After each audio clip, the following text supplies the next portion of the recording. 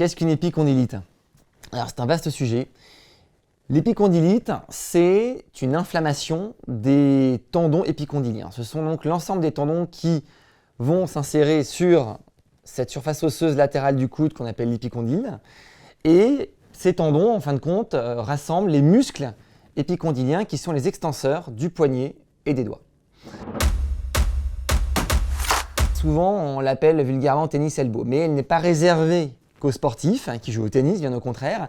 Elle touche énormément des travailleurs avec des gestes répétitifs, du port de charges lourdes.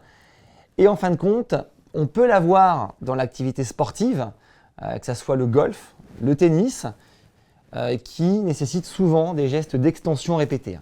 Mais la plupart des patients sont quand même des travailleurs manuels. C'est une douleur de la face latérale du coude. Et donc, on a cette douleur qui est souvent d'ailleurs reproduite lors des gestes d'extension des doigts et du poignet et qui vraiment provoque une décharge au patient et irradie dans tout l'avant-bras. Parfois même, on peut avoir dans certains cas une irradiation jusqu'au majeur. Elle est déclenchée, comme on l'a dit, par des gestes de force quand on met en tension les épicondyliens en associant l'extension des doigts, du poignet et du coude. Et donc, quand on désire notamment attraper un objet éloigné, quand on désire prendre quelque chose de lourd, toujours en extension du poignet et des doigts et du coude, on déclenche finalement cette douleur d'épicondylite assez caractéristique qui laisse peu de place à un autre diagnostic. Il est, comme on l'a dit, assez simple, c'est-à-dire que votre médecin généraliste, un médecin du sport ou un orthopédiste peut facilement faire le diagnostic.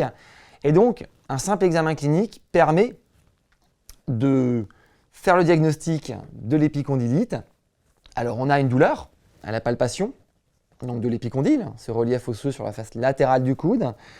On a également une sorte de tension musculaire avec une reproduction de la douleur lors du geste d'extension des doigts, du poignet et du coude.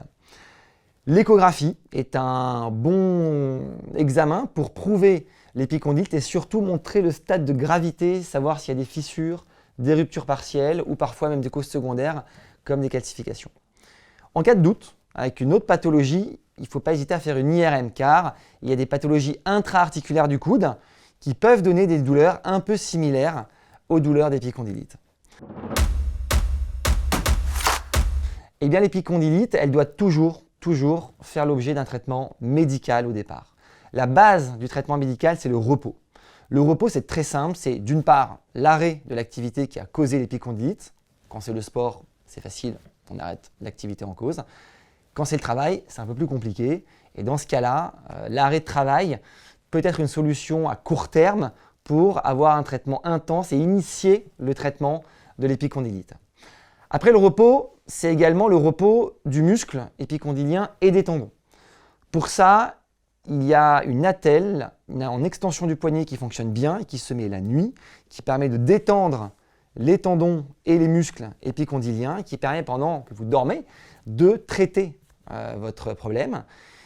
Également, vous avez la rééducation. La rééducation, elle est basée sur des méthodes anti-inflammatoires, des massages profonds, des ultrasons et parfois des ondes de choc qui permettent de créer des micro-saignements pour faire cicatriser les fissures. Et donc, associé à des exercices d'étirement, de renforcement, bien contrôlés par son kinésithérapeute, et bien sûr par de l'auto-rééducation, on arrive à traiter l'épicondylite. En dernier lieu, et ça c'est important parce que lorsqu'on reprend notamment l'activité, le bracelet épicondylien qui serre le muscle permet de diminuer la tension sur le tendon et donc permet de reprendre finalement une activité sans recréer des étirements. Et puis si ça ne fonctionne pas, eh bien dans ce cas-là, on peut être amené à faire des traitements chirurgicaux. Il y a plusieurs sortes. Bien sûr, à partir de ce moment-là, il va falloir consulter un spécialiste, bien étudier la réussite du traitement, savoir si le traitement médical a été bien fait. Et dans les cas bien sélectionnés, ça peut donner une solution définitive très intéressante.